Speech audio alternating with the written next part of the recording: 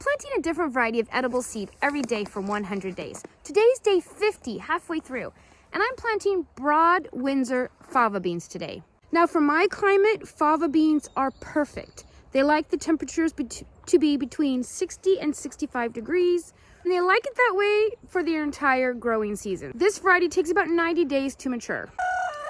So if you actually get a nice warm summer, this might be an early spring, late winter, early spring, or an early fall crop to start. I'm just noticing the place where I was going to plant these guys has already been planted. I forgot I was going to plant them here. Oh, that better not be a gopher. So that dark spot is the hole. And right over here is the mound that I had noticed earlier. But my grandkids had stomped on it, so I couldn't really tell if it's a gopher or a mole. So now I'm going to have to really keep my eyes open. I don't worry about moles at all. I don't care if they make mounds, they eat grubs and things, that's a good thing. But gophers, they've got to go. One year I had a carrot bed similar to this one, and I had noticed a gopher, but I don't like to trap him. It's horrible. And so I told my dad, I'm not going to worry about it. You know, they'll eat a few carrots and I'll eat the rest. Not a big deal. Well, they actually ate the entire stinking carrot patch. I maybe got 3 carrots. So it is a big deal, and now I have to get rid of them when I find them. Dads know best. It's really easy to tell if it's a gopher or mole by their mounds. If you're not sure how to do that, I'll leave a link in the description box to a video I made about it last year. Help you learn how to identify them. It's important knowledge if you're a gardener. There's the seed. Aren't they awesome? I love giant seed. So what I have in this bed that got planted because I forgot are the white scallop squash, just like those that I had planted quite some time ago. I think it was like seed 5 or 6 or something, I don't know.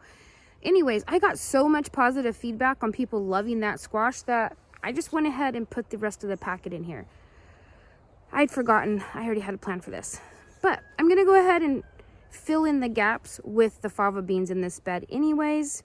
Gotta be flexible. Each of these little round spots is where I put in a seed, but there is a little bit of room between the squash and the other green beans I have growing back there. The white scallop squash don't get huge, and the fava beans grow up. So I'm just gonna stick them in there anyways. The fava beans should actually be helpful since they're nitrogen fixing plants. That means that they make their own nitrogen from the air. There's little microorganisms down below that help them on their roots and stuff. It's this whole complicated process, but basically they pull nitrogen into the soil, and the other plants around them can uptake that nitrogen as well. So these should be planted about 6 inches apart. So from this row of beans, I'm gonna put them about 7. I'll just go ahead and do 7, that'll be easier. And then that leaves them, here's the first squash plant. They're about 10 inches away from the middle of this first squash plant. Just hopefully the squash plant doesn't come up so fast before the beans that it shades them out and they're not getting enough sun. But I'm just gonna risk it and see what happens.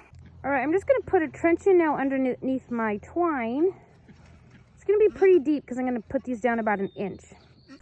All right, and then they get planted about 6 inches apart.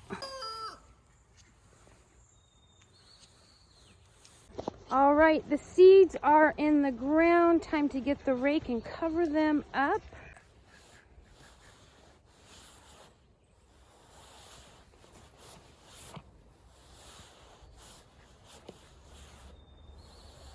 These plants are pretty cold tolerant, down to like 15 degrees Fahrenheit. So if you have a relatively mild winter, you could probably overwinter them, and then they'll sprout back up in the springtime for an early harvest. If you have a guess as to what I might be planting tomorrow, go ahead and leave it in the comments section below and we'll see if you're right.